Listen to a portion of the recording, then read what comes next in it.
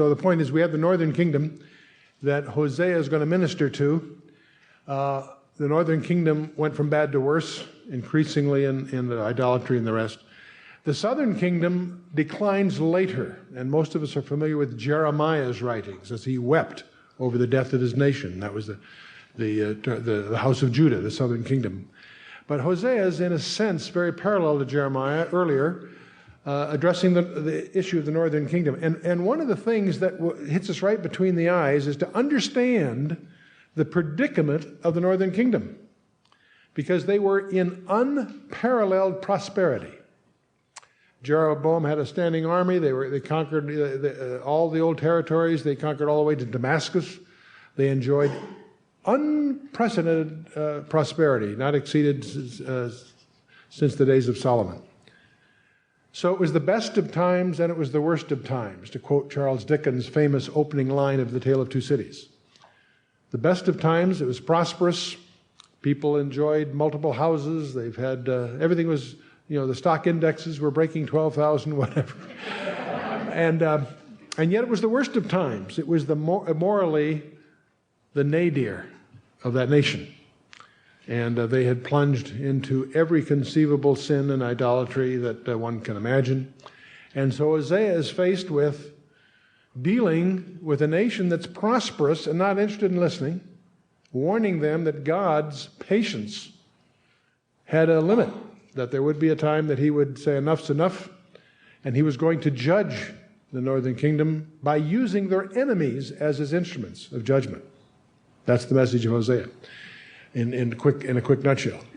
And of course, that should hit us right between the eyes, because America has never been more prosperous in many, many ways, technologically and in terms of investment performance. The stock indexes are defying gravity.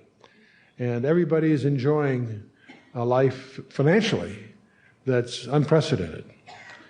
And yet it doesn't take a lot of insight to look behind that and realize that behind that there's some very serious decay. And I don't mean just the erosion of the military and some of these other things. The real root problem of America is its moral decay. Never in its history has America been more openly condoning of immorality, of corruption in high office. Make the list. And our entertainment industry takes pride in exporting adultery. They don't make a movie without it, it seems. It's not just the sin, it's the open cultural condoning and encouragement of sin.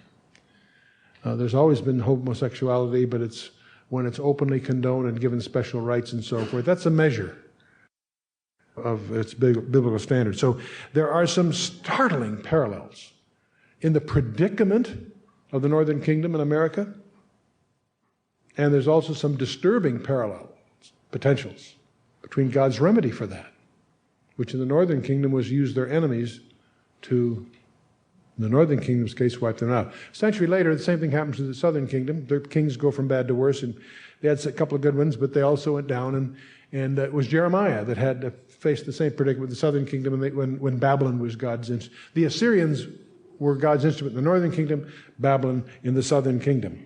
In the last couple of verses of chapter 1, we saw several prophecies all wrapped up there. In chapter 1, verse 10, we discover that Israel will experience a great increase in population, Hosea tells them. He also indicated that in the nation there will be a great turning back to God, ultimately. Also, he predicted that the northern and southern kingdoms would once again ultimately be reunified into a single nation. He also indicated that they will appoint themselves one head, ultimately, who, of course, will be the Messiah. Now, these prophecies are yet future. They're not to be realized in the lifetimes of his hearers, but there is a positive subsequent destiny laid out.